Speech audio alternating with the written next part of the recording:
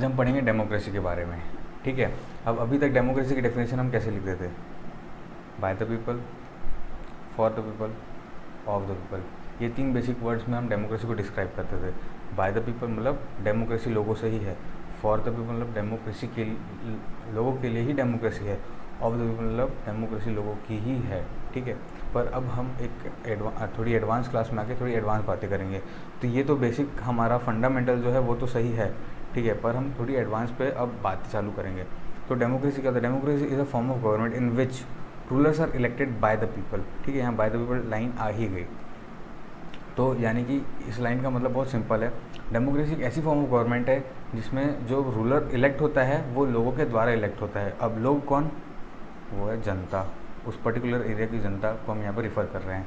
उन लोगों द्वारा जो रूलर इलेक्ट होता है उस प्रोसेस को बोलते हैं डेमोक्रेसी। अब ऐसा नहीं कि हर जगह जहाँ पे रूलर जो है वो जनता इलेक्ट कर रही है तो वो जगह डेमोक्रेटिक होगी, उसमें बहुत सारे फ्लॉज होते हैं, वो हम आगे पढ़ेंगे। ठीक है, अब जब हम डेमोक्रेसी के बारे में सोचते हैं तो हमारे मन में कई सवाल आते हैं, जैसे कि रूलर कौन होगा, who will be the ruler, है ना, और what kind of elections are democratic.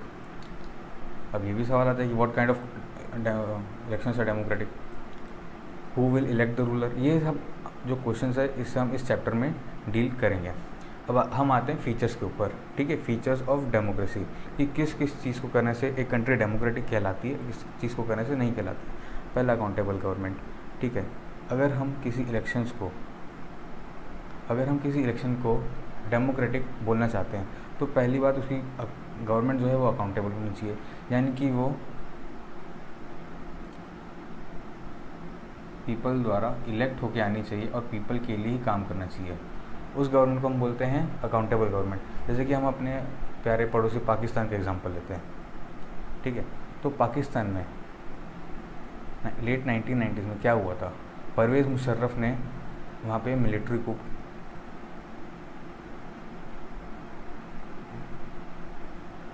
कूप के द्वारा अपना शासन एस्टेब्लिश कर लिया था। ठीक है, और फिर 2002 में उन्होंने रेफरेंडम से अपने आप को प्रेसिडेंट बना लिया था।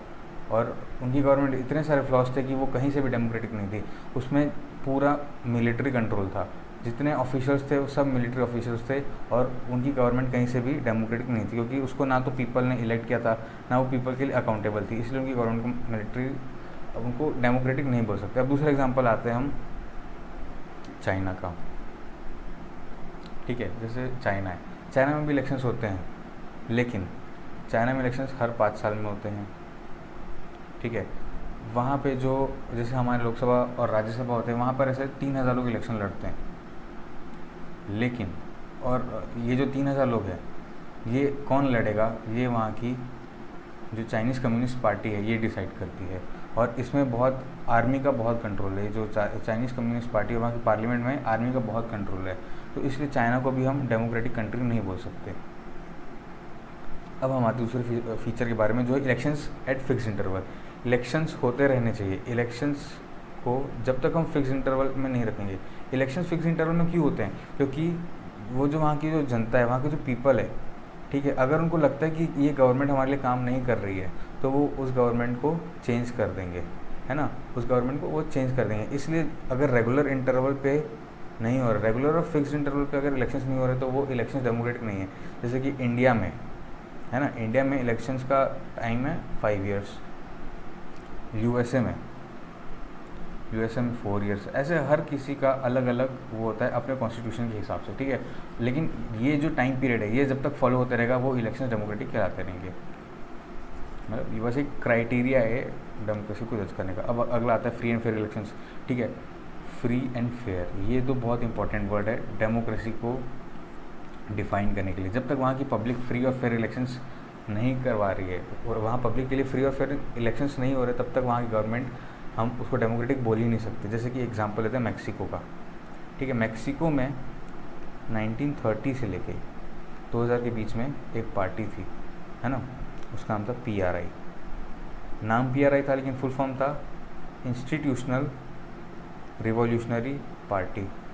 वो नाम के जैसे काम भी उल्टे ही करते थे उन लोग। ठीक है, उन्होंने 1930 से 2000 के बीच में कभी भी फ्री और फेयर इलेक्शंस नहीं कराए। वो क्या करते थे, जो पोलिंग बूथ होते हैं ना, वो कैप्चर कर लेते थे। मीडिया में सिर्फ अपनी रूलिंग पार्टी के बारे में ही अच्छी बातें बताते थे, ऑपोजिशन पार्टी के बारे में बुरी बातें बताते थे, है ना। और ऐसे कई माल प्रैक्टिसेस करके वो इलेक्शन में जीते थे। जो गवर्नमेंट ऑफिसर्स रहते थे वो फोर्स करते थे उनको कि उनको हमारी पार्टी में वोट करना है। जो गवर्नमेंट स्कूल में जहाँ बच्चे जाते थे वो स्कूल के पेरेंट्स को तक फोर्स किया जाता था कि जो रूलिंग पार्टी है PRI उसी को वोट करना है। फिर लेकिन 2000 में एस्टेब्लिशमेंट ऑफ डेमोक्रेसी चालू हो गई थी, कहाँ, मैक्सिको में। अब एक और पॉइंट है यूनिवर्सल एडल्ट फ्रेंचाइज। ठीक है, यूनिवर्सल एडल्ट फ्रेंचाइज क्या होता है?